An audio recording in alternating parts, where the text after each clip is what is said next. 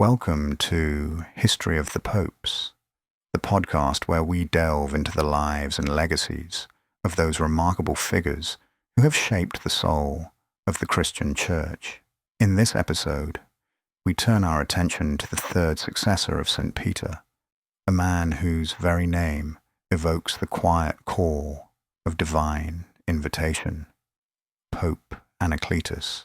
As we embark on this journey through the mists of the first century, we'll uncover not just the scant facts of his life, but the profound spiritual currents that animated the early church, a community forged in the fire of faith amid the grandeur and peril of imperial Rome.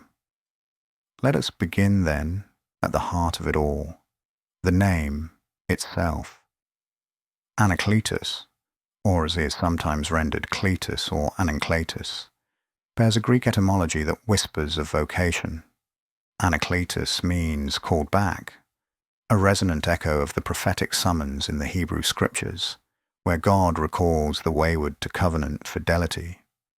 Cletus, simply called, suggests that primal invitation extended by Christ to his apostles, "Follow me," and Anacletus, blameless or unimpeachable, hints at the moral purity demanded of those who shepherd the flock of the Lord.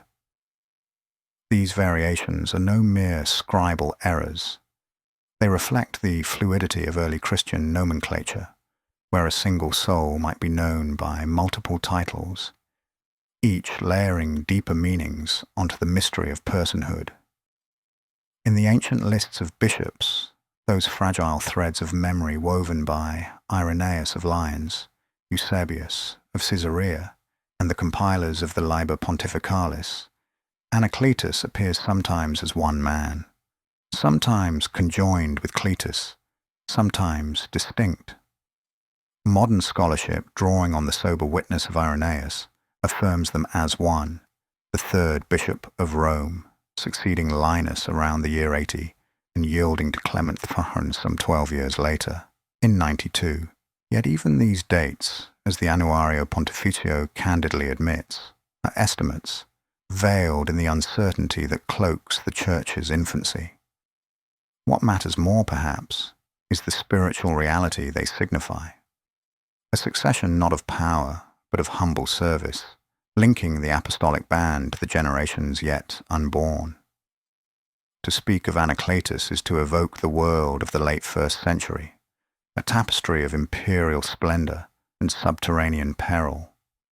Rome under the Flavians, Vespasian, Titus, Domitian, hummed with the engineering marvels of aqueducts and amphitheaters, the Pax Romana binding provinces in uneasy unity.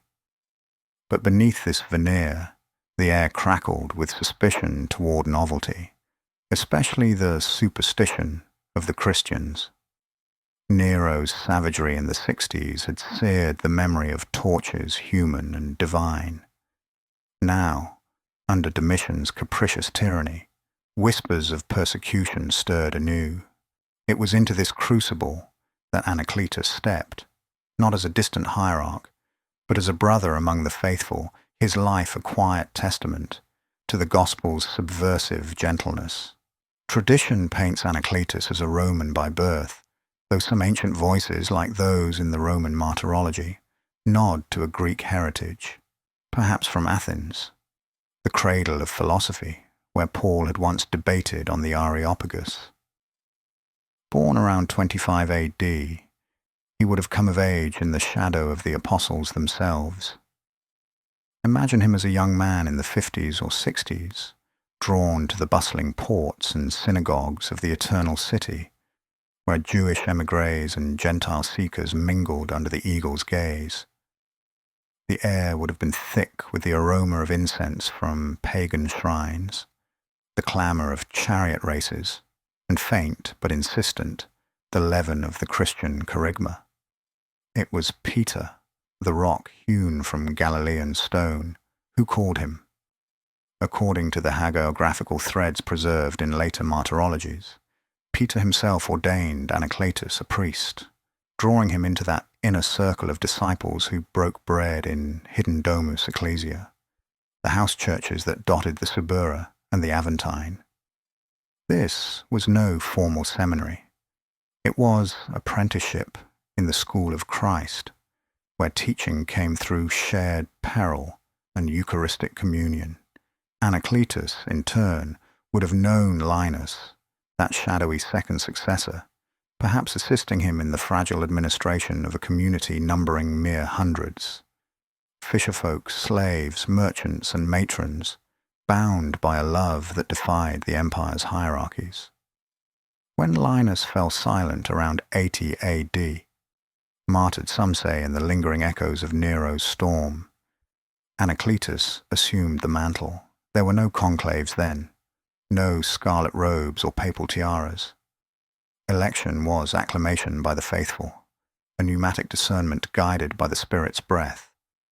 His pontificate, spanning those 12 uncertain years, unfolds like a vignette from the Acts of the Apostles, unadorned, resilient, profoundly ecclesial.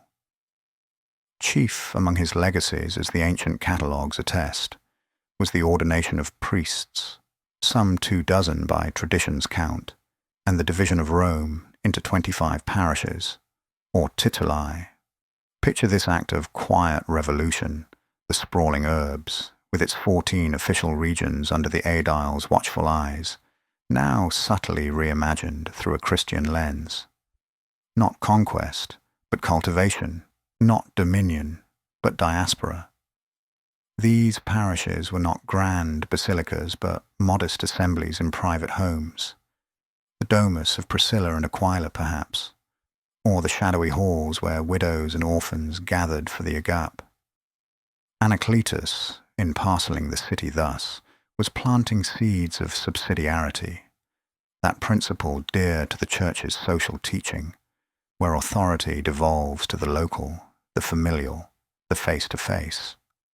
Each titulus, presided over by a presbyter of his ordaining, became a cell of vitality, a place for catechesis, for almsgiving to the poor, for the weekly fraction of the bread that made present the Lord's Passover. In an era when the Eucharist was celebrated furtively, lest the vigils catch the scent of forbidden rites, this organization was nothing less than pastoral genius, a bulwark against isolation, a network of mutual succor in the face of sporadic arrests. Yet Anacletus's ministry extended beyond mere structure. It was steeped in the pietas of memory. Tradition holds that he commissioned a tomb for Peter, that prince of apostles whose blood had mingled with the sands of the Vatican Hill. Whether this was the simple memoria under the Tropæan, the trophy of victory, later enshrined in Constantine's basilica, or a more modest sepulchre, the act bespeaks a profound reverence for the succession's roots. In an age of oral transmission, where the written word was luxury, such gestures anchored the community in its origins.